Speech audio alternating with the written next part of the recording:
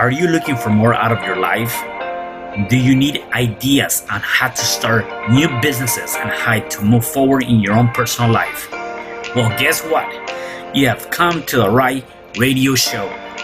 At You Can Overcome Anything podcast show, you will learn and hear from many people from all walks of life who are sharing their challenges, their stories, the habits, and the mind shifts they had to overcome to become who they are today.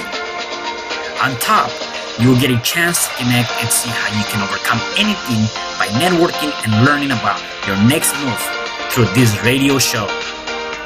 I present to you our great speakers at You Can Overcome Anything podcast show with your host, Cesar Espino.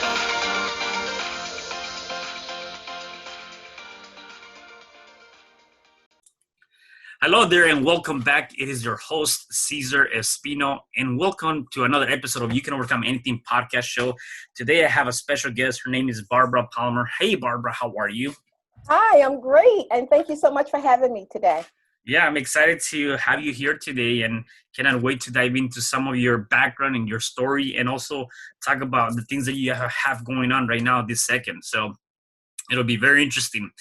Before we get started, though, let me just give our listeners and viewers a little bit of your background so they can kind of get to know you.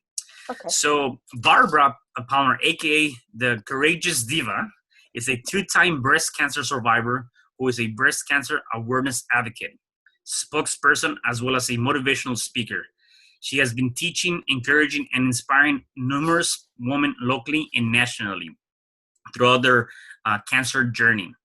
Since the age of 16, Barbara Palmer has recognized the importance of giving back to the community. Some of her volunteer efforts include feeding the homeless, volunteering at the Maryland Food Bank, and even volunteering in 2013 at the White House annual Easter egg roll hosted by the 44th elected President of the United States, Barack Obama, and First Lady Michelle. Barbara also continues to do her passion, which is assisting women one-on-one who has recently been diagnosed with breast cancer. Her website is a one-type shop resource center for newly diagnosed breast cancer patients. Her resources include everything from emotional and financial assistance to how to get free wigs, scarves, and retreats. Wow, that's really amazing. Definitely a lot going on there, and talk about overcoming different obstacles. You know, being a two times cancer survivor, that's something that that is really really good for you, right? That you definitely were able to overcome that. So that's very amazing. Before we tapped into that, I always like to ask everyone to give me a little bit of their backstory. When they were growing up, where are you originally from? And let's talk about your childhood for a second. Okay. Usually my childhood is something that I don't talk about very often because it's something that haunts me. It's something that I'm not very happy with. But I also realize that in order to heal from my childhood, I need to talk about it more. Mm-hmm. But to answer your question, I grew up in a very dysfunctional family. One brother younger, one brother older. And I did grow up with a mother and father. However, I don't really think they loved each other. And they never really showed us that they loved us. So I always felt unloved. And I really did not have a relationship with my mother at all. And that really affected me because as I was growing up as a young girl, all my girlfriends loved their mothers. They talked about their mothers all the time. My mother's my best friend, but I never felt those things about my mother. And even up to the day that she died, we really never developed a relationship. We got a little better after my dad passed away. My dad died 4 years before she did. So I did get a little closer to her. But we never had what the typical loving daughter relationship where my mother taught me things and we went places together. We never had that kind of relationship. And as I stated earlier, I was always very embarrassed about that until about maybe 2 years ago. I was at an event. It was an all-women's event. And it was a healing event. And one of the ladies shared her story about the relationship she had with her mom, and it almost sounded like mine. And it made me feel better because I was like, you know what, you're not the only one that didn't have a relationship with your mother. So it still haunts me every now and then, but what I had to learn is, I guess my mother did the best she could with what she knew. And so I'm kind of glad you're making me talk about this a little bit, because I Yeah. think someone's listening that needs to hear this. And it's okay. I can't live in the past. It is what it is. So Yeah, and you know, one thing that you mentioned, you said you have to talk about it to be able to heal from that, and I yeah, believe that, right? Um, you know, I'm not sure when, you know, obviously, if growing up, you growing up went through this, the way our mind works is a sponge between 0 to 7, right? The age right. of 0 to 7. So whatever we see, whatever we hear, whatever kind of attention we get, anything that happens between that age, it really um, creates for us our next moves, like how we're gonna be performing the years to come, right? And so you have to be able. So if you go through something difficult or something Mm-hmm. challenging that was not as easy as we think it should have been, you know, we have to be able to heal from that, right? Yes. And I believe that a lot of people that perhaps that are also listening to us might be going through something through that, and to me, it's one of those things you have to overcome, even if you still haven't. You've been able to live with that for so many years, right? So how you go about it? So that's probably one of the other questions I have is like, how do you cope with all of that, or how did you cope with that? Well, it's really funny because a lot of times when people, and we all have been through something through our childhood or something Hmm. in a relationship that makes us the way that we are, and it may not be a good thing. But what I learned, because of the way I grew up, I knew I did not want to grow up in that type of environment. I wanted to be better. I wanted to show the people in my life that I loved them. I wanted to tell the people in my life that I loved them. And once again, there was no affection given to us as kids. So I really didn't even know what that was all about. I never knew what it was about to hear my mother or father say, I love you. And so it really had a big impact on me. And on top of that, my father was very emotionally abusive to my mom, as Mm. well as physically abusive. So I saw that. And so I just made the decision, actually, probably at the age of 8, that I did not want to grow up in that environment. I just wanted to do the opposite. And so for me, and I'm very grateful, because I grew up in that negative environment, it has helped me be the person that I am today. And the person that I am today is someone that's very affectionate, very compassionate, very loving. And one of my best characteristics is I do not judge people. Mm. I do not judge people because we all have skeletons in our closets. We all have things that we've done that we're not proud of. And so be it. Who am I to judge you? Right. Who am I to Yeah. judge you? Yeah, no, and you know, I love that again too. And anything we do, even in today's time, whether we're going through our business, we're going through a relationship, anything that we Mm-hmm. go through, it comes down to one fundamental. And you just mentioned that is you have the ability and the power to Mm-hmm. choose, and you Yes, chose at that time to yes, not be part of that environment, and you had to do exactly. whatever you had to do. Some people would just give up and say, okay, well, you know, what is that saying? If I cannot beat them, I need to join them. I think the contrary. You have to make your Yes, choices, right? And you did. And then yes, after that, this came out. You know, you came out. You started building other stuff in your life, and I think that's critical, though. Again, you know, what who we were in the past mm-hmm. is who we are today, right? Number one. Number two, I also believe that we cannot live in the past. We cannot live on No, hanging up on that past, right? That's just a merely an experience, an educational experience, a lesson, and yet though that made us be who we are now based on the choices that we made. So obviously you've gone through many different obstacles and challenges. Let's talk about the first time you were diagnosed with cancer. the first time I was diagnosed with cancer was actually like a birthday present for me. Oh my God. um, I always was a woman that always went to the doctor when I was supposed to. I got my mammograms every year, and on 3 separate occasions, there had been lumps found in my right breast, which Mm, always ended up to be nothing. Yeah. So when I went around my 47th birthday and the lump was found, my doctor and I, oh, it's nothing. It's nothing. Well, surprise, surprise, it was something. It turned out to be breast cancer. So this is such a lot. It's so much I could say about that. But I will just say this about my first cancer diagnosis, and something that I'm very proud of. I was never angry that I was diagnosed with breast cancer. Mm. I never said, why did this happen to me? Because I already knew why it happened to me.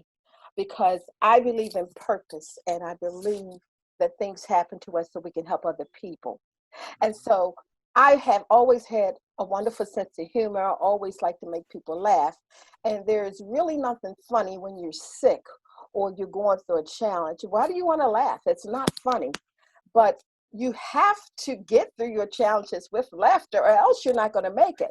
So with my first diagnosis, I realized that God was going to use me to help other women see the humor in having cancer. So I will say this, cancer is certainly not something that I would wish on my worst enemy. It was going through chemotherapy treatment was the worst, probably the worst thing that has ever happened in my life thus far. And I vowed that if my cancer came back, I would never go through chemotherapy again. But through that journey, there's also some beautiful things that came out of it as well. It really found out how much people loved me, how much people cared about me. And it also taught me that when people love you, they want to help you. And one of the problems that I had as an independent woman, I didn't want anybody to help me. I can do everything myself. Oh, I don't need you. I don't know you. Even when I needed it. No, I don't need you. I don't need you. And so cancer made me humble myself and realize, yes, you do need help. And if you have somebody that want to help you, you let them help you. And so that was one of the greatest lessons that cancer taught me. And because of my cancer experiences, I have met some of the most amazing women in this world. And it really has prepared me, and it showed me what my purpose and my journey is. And basically, my passion is helping women get through their cancer journey, but it's even way beyond that. And I really didn't even realize it was going to go beyond that, because other people look to me for motivation that have never had cancer. So I'm just here to motivate and inspire everybody. Yeah, no, I love that. And so let me ask you this, like, definitely, like you said, going through something like that is not easy, or getting those news, yet alone in your birthday, like getting that in your birthday or something like that, getting that news is not good. So as you mentioned, you were not angry at it. You kind of already knew what was your purpose.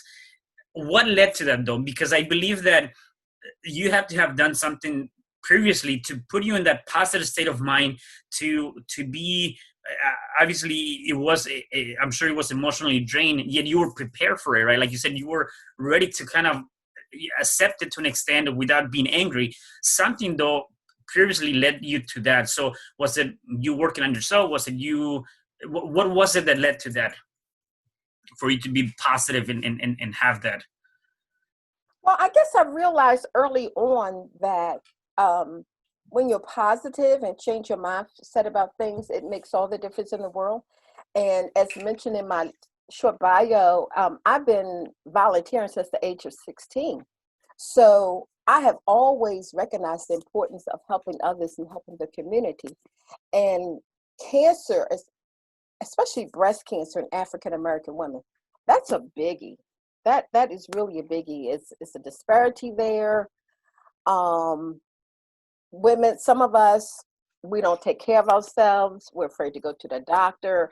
And so I said, you know what? I have to be the person to make them see that it's okay to go through this cancer. And it's not definite. It's definitely not a death sentence. A lot of people think cancer and you immediately think death. Oh no, let me tell you, honey, I'm living my best life. You see me here? Yeah, look at that. Better than Bowley.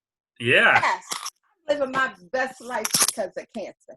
And it's so many more things I want to do and have to do. So I just thank God for giving me an opportunity to not only survive it once, but survivor twice. So I said, he ain't through with me yet. He got work for me to do. Yeah, no, that's awesome, right? Again, just staying with that positivity and going through that. You have something here that I like that you mentioned, and you mentioned here. Uh, so here it is. Okay, so you actually became a laughter yoga leader. I want to know what that is. Although you're saying laughter yoga is a group exercise with the concept that you can laugh for no reason at all, and it's combined with deep breathing and meditation. Let's talk about that and how did that come about? Well, actually, I was introduced to laughter yoga probably about 10 years ago. I went to a cancer event and there was a woman there that actually did laughter yoga. Laughter yoga was actually discovered back in 1995 by a doctor from India with 5 people. And as we all know, laughter is the best medicine. And there is actually a doctor here in Baltimore who is a cardiologist, and he actually prescribes on his prescription laughter. And laughter yoga is that deep laughter, that deep belly laughter that makes your stomach hurt and that makes you cry. And so because I always love to laugh and know how important laughter is to make you feel better, and Lord knows we need it more now than ever before. Lord.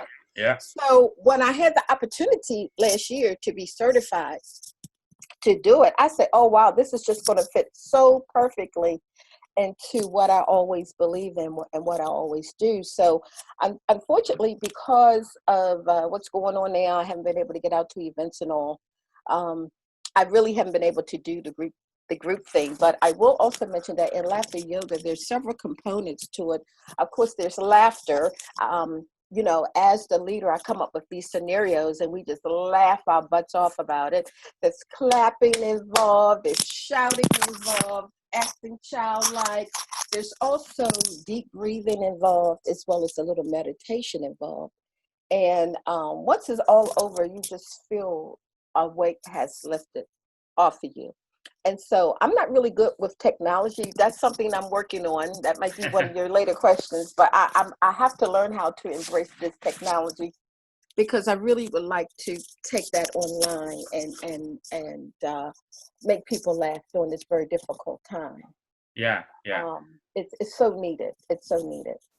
Right, and I actually have a mentor, and one of the things that he does as part of his self-development, a 3-day self-development, he actually inducts laughing into one of his sessions, and it's the same thing. Out of nowhere, you start triggering the mind and yourself to start laughing out of nowhere for no particular reason, right?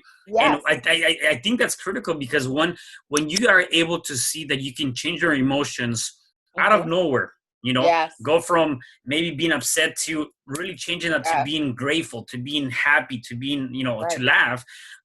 You have more power than you think when you are able to recognize that you're able to make those minor changes on the spot, right? And so I definitely I can definitely agree to that this practice is definitely something that definitely people should try to look into that. It's a good healing practice, right? For any given aspect. Yes, and what you'll notice about laughter too, you can be in a separate room, or you can see someone across the room and they are laughing like crazy and you have no idea what in the world they're laughing at, but it makes you laugh because laughing is contagious. Yeah. So you have no reason why you laughing, but you just start laughing too. So I am trying. All this technology stuff is new to me, but that's something that I'm working on. Yeah. No, that's awesome. No, that's good. And then at which point in your life did you pretty much became more or less, an entrepreneur or a speaker or wanted to do this, on your own? Well, as far as speaking, when I first became diagnosed with breast cancer, I became a mentor right away. Okay. And my passion And what I love more than anything is mentoring women one-on-one.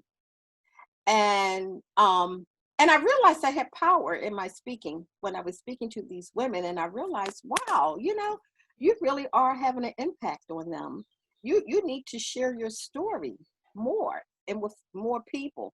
And so that's when I realized I needed to use my voice to help those going through the cancer journey. But one of my other testimonies, and you made me talk about my, you got me to talk about my childhood, which is something I Yeah. really don't do. So, but I guess I really do appreciate it because it really is needed.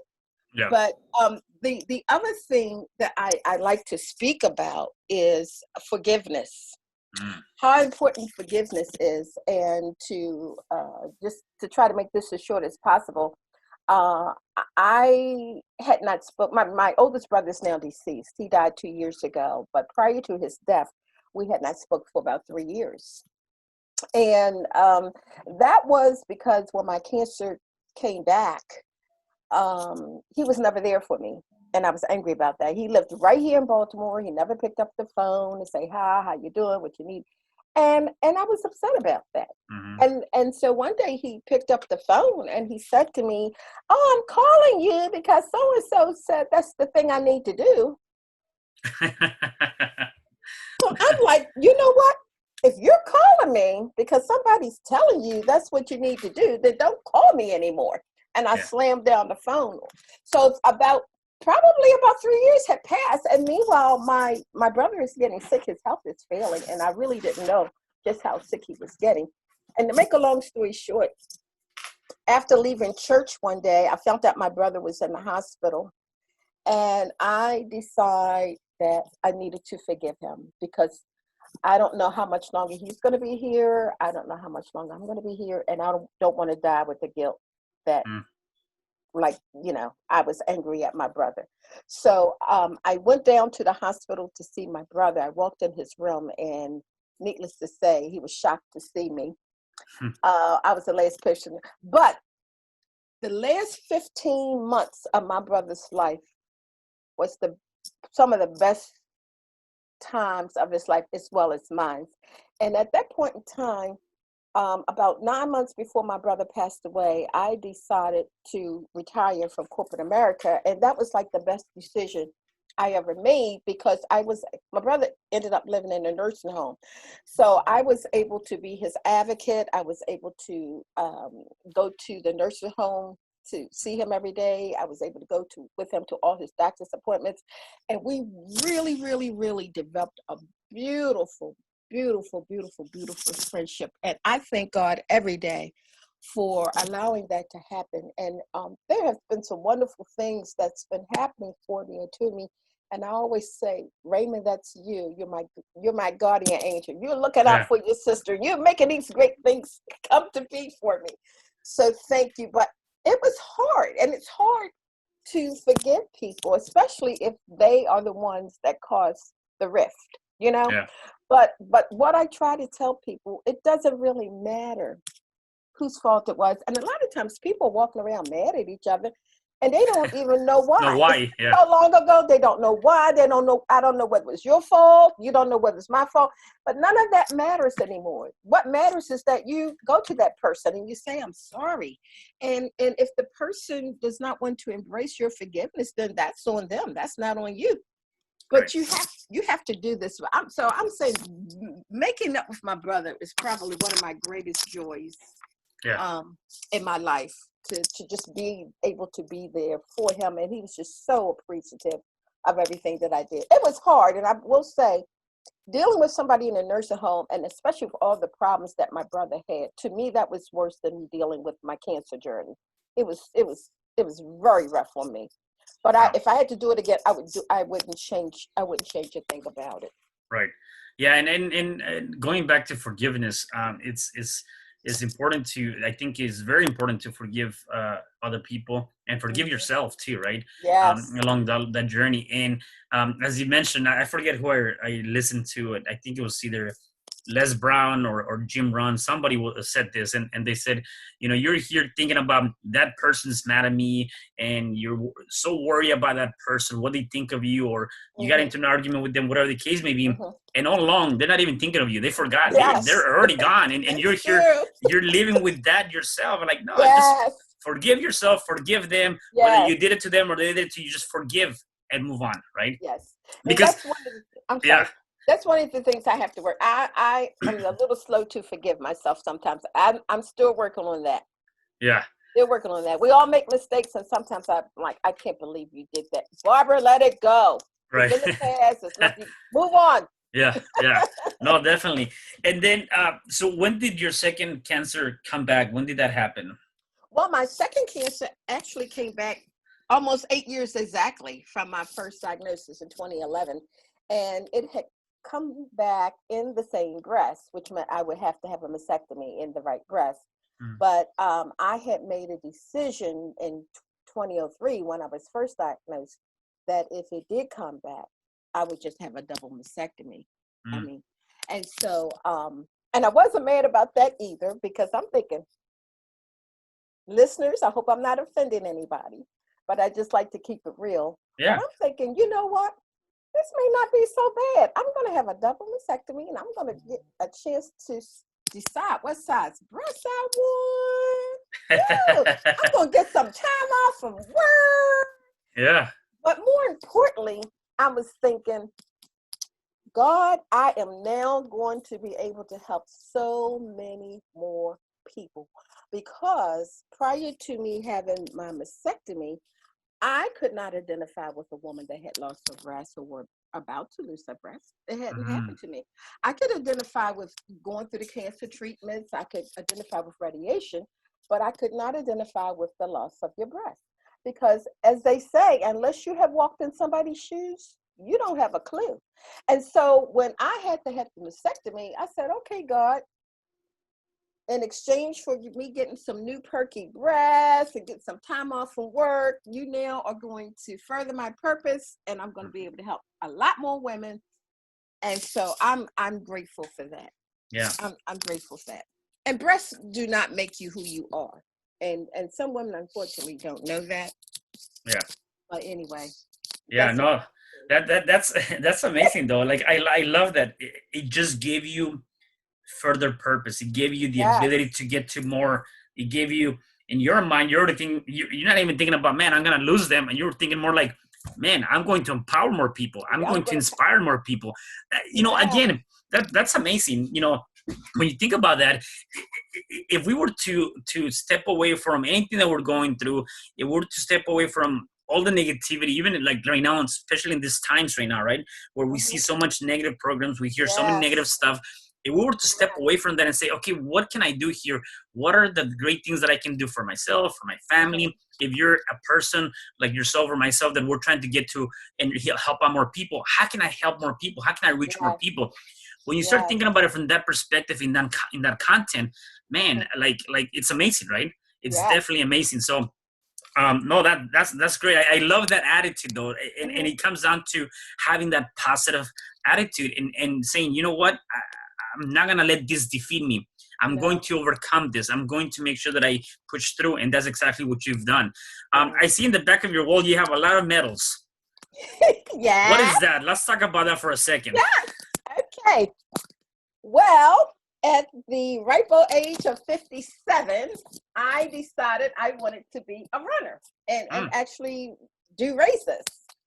And so in September of 2017, I started running.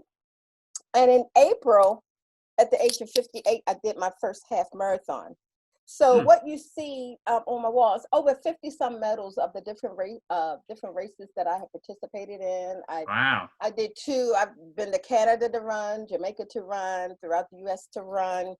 Usually one of the older women in the group, but nevertheless, they are running.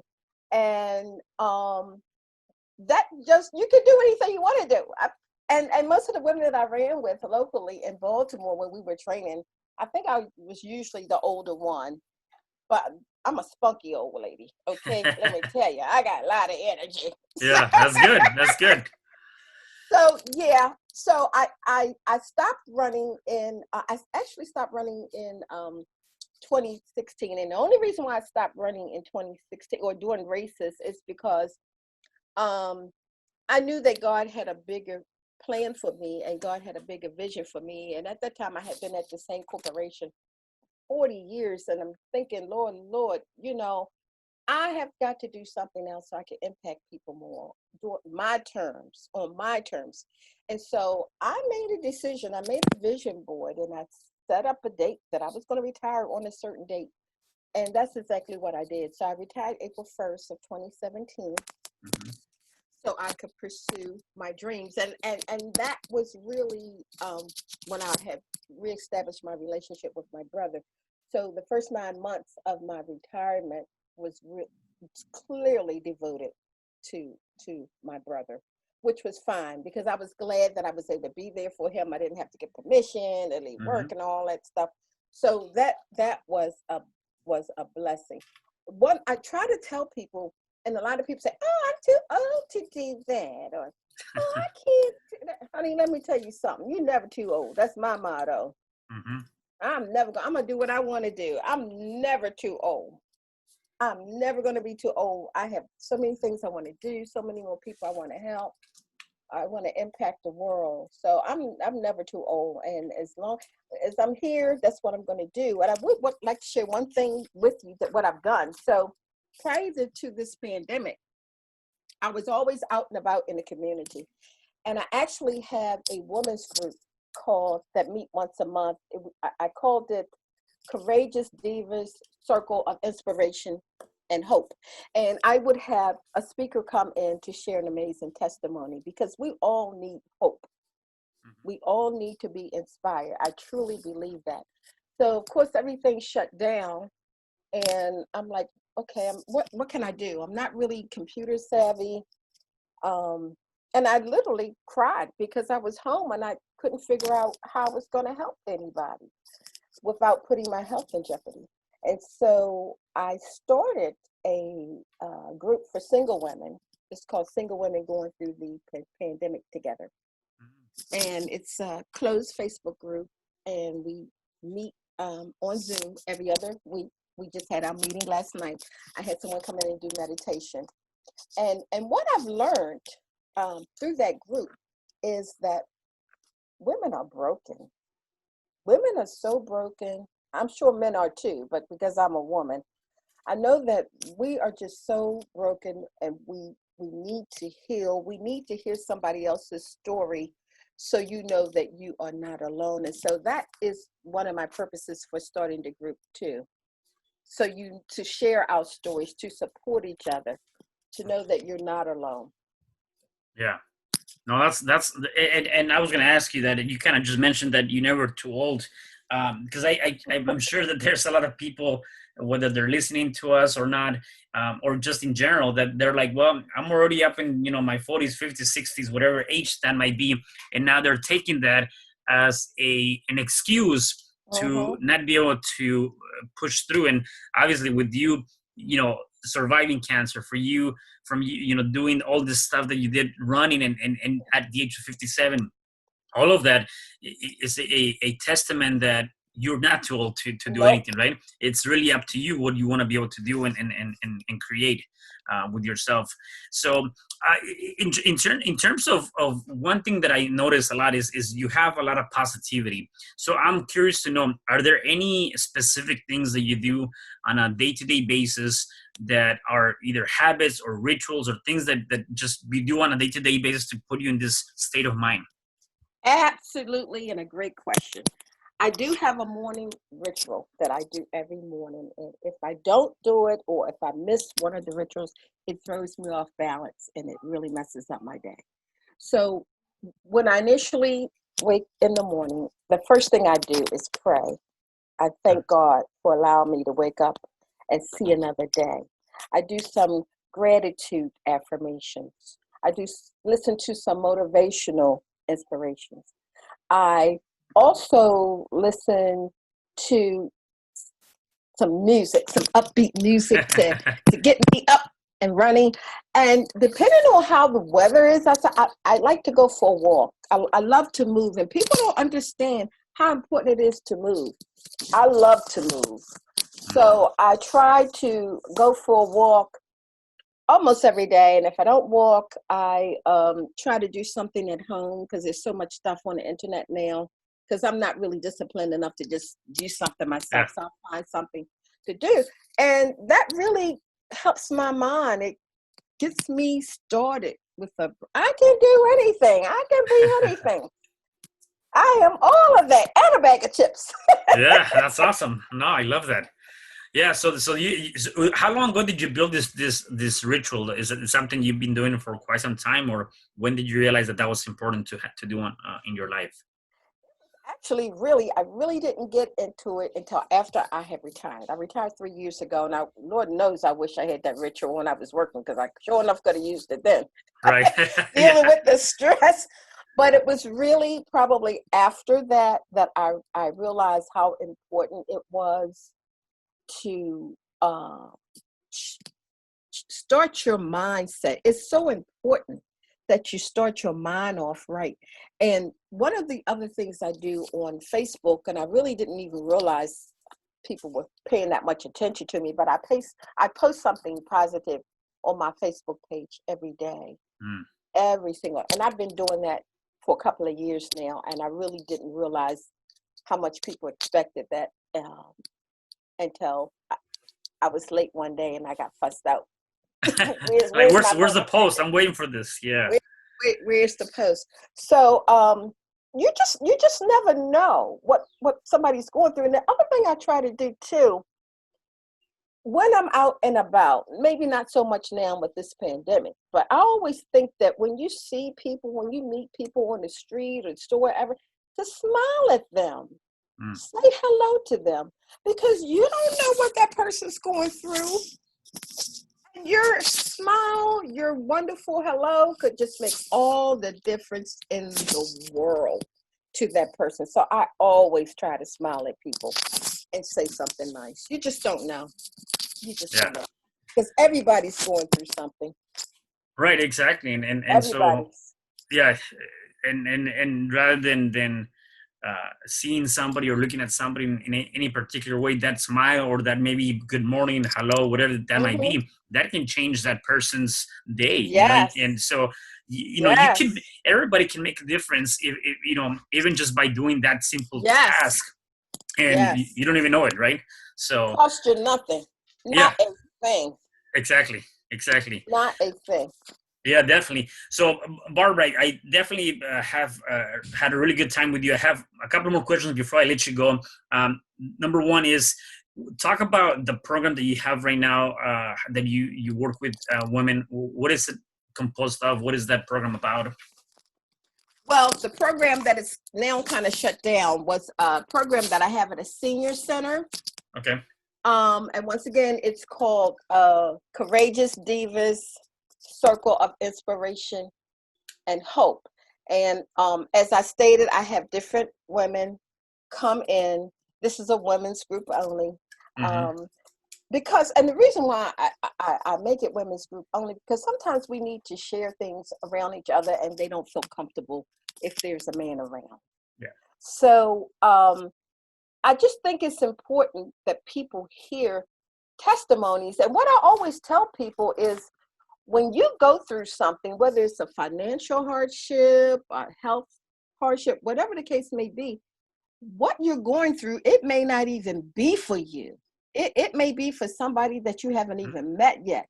But whatever it is, you're going to be able to help somebody, but you have to tell your story. And I do realize that everybody's not like me. As soon as you get something, you don't mind talking about it. But in time, I believe that everybody has a responsibility to share whatever they have been through or going through, because it's going to help somebody else get through, because people feel so alone. And so the new group that I started, thank God for social media, and I'm trying to learn how to use it, is, like I say, it's single women that are now, we're alone and we're going through we're going through something we've never seen before. and we don't know how long it's going to last. It's forever changing. We just need to be uplifted. We need to be motivated. So we talk about some serious things, but then also have some fun stuff too. Like last night we had a meditation. In 2 weeks I'm gonna do my laughter yoga. Mm. 2 weeks, and then I'm gonna have one of my girlfriends who's only 23 years old. She lost a 3-year-old son a month ago. Wow. And she's ready to talk about it. So she's my pillar of strength, and so she's gonna come in and share her story. So until I work on some more social media stuff, there's plenty more for me to do. No, that's awesome. But now I need to learn. No, that's good. And then if people wanted to connect with you, maybe some of the females that are listening to our show, where can they find you? Okay, well, my email address is courageousdiva2011 at yahoo.com. So, ladies, if you are recently diagnosed with breast cancer, or you know someone that was recently diagnosed with breast cancer and they need someone to talk to or just listen to, send me an email. I'll be more than happy to walk them through their journey. But I'm a keep it real type chick. So, be careful. I'm not going to sugarcoat it. Things pretty. I'm not going to sugarcoat anything. So, I also have a breast cancer accessory online store. If you Google Courageous Diva, all my stuff basically will come up. I started my store probably about 2 years ago with breast cancer accessories, because breast cancer survivors, we love to wear breast cancer stuff. And it's very difficult to find unless it's the month of October, which is Breast Cancer Awareness Month. So I made the decision I was going to make that available anytime. Got it. So my Courageous Diva online collection store. I'm also on Facebook, Barbara Palmer. I have a Facebook business page, Courageous Diva. I'm on Twitter and Instagram yet. Don't ask me about that yet, because I don't use that. I'm telling you, dare to live boldly. I think my one of my handles is dare to live boldly. Hey, that's awesome. Yeah, I gotta work that out. But I'm just so thankful and so blessed to still be here. And I honestly believe that when this is all over, you're not going to want to talk to me when this is all over, dear, because I'm going to be there you go. I'm going to be the woman. You think I'm something now? Oh, man. I can't wait to see that. That's awesome. No, that's good. So you've given us a lot of great tips. One last question for you. If you were you're definitely a true testament of overcoming different obstacles in your life. And you talked about your childhood, so that's definitely something you're working through. What would be one more thing that you can tell our listeners or viewers if they're going through some sort of challenge right now? What can they do now to overcome that? Well, first of all, I think it's okay to grieve for a minute, because when something devastating happens to you, especially in this time, people just lost their jobs out of the blue. You got to take time to grieve about it a little bit, but you just can't stay there. But if you need time to grieve, grieve. And then you need to step back and think, well, what can I do to make this better? Or what can I do to help someone else that may be going through this? Because support is everything. You're not the only one that's going through something. You're not the only person that's going through this thing. So take the time to grieve. That's a given. That's a must. But also move forward and realize that out of this challenge, something wonderful is going to happen for you and for other people, because you had the courage to fight it and to make it through. Awesome. I love that. Definitely. No, that's great. And I love what you said. Support is everything. You're not the only one going through something. And when you think about it from that perspective, you're right. Like, yes. There might be something, like you said, your story or whatever your experience might be. that might be able to help somebody else. And again, Absolutely. I didn't see it from that perspective. No, I love that. Barbara, once again, thank you so much. Is there anything else you want to Thank mention before I let you go? you. Well, it has been an absolute pleasure to Yeah. meet you today. And thank you so much for having me on your show. And I hope, if nothing else, that I have encouraged or inspired at least one person. Yeah. I hope so, if nothing else. Awesome. Well, thank you so much again, Barbara, for being here. For the rest of you guys, thank you for tuning in. Please make sure that you can check us out at any platform, your favorite podcast platform. And do me a favor, if you can please share this video or this link. Also come in here and drop some comments. We want to hear about you. Subscribe to the channel and definitely let us know what you think. And stay tuned for the next episodes that are coming up in the near future. Have a good day. Hi, I'm Cesar Espino, real estate investor, business coach, and consultant, and author of the book, You Can Overcome Anything, Even When the World Says No. My number is 424-501-6046. In my book, I talk about making the necessary changes to shift your mind for prosperity and certainty. Pick up your copy at Amazon. I also love helping families with their real estate and can purchase your house fast and all cash. Follow me on Instagram, Facebook, and LinkedIn. My number is 424-501-6046. Thank you for having me today. I am so glad you tuned in to this podcast. You can find me at Spreaker.com, where you can like and subscribe. And to learn more about myself and my services, you can find me at www.cesarrespino.com, or you can also find me at Facebook under Cesar R. Espino. Once again, thanks for joining me. I am looking forward to having you at the next episode, and know that you truly can overcome anything.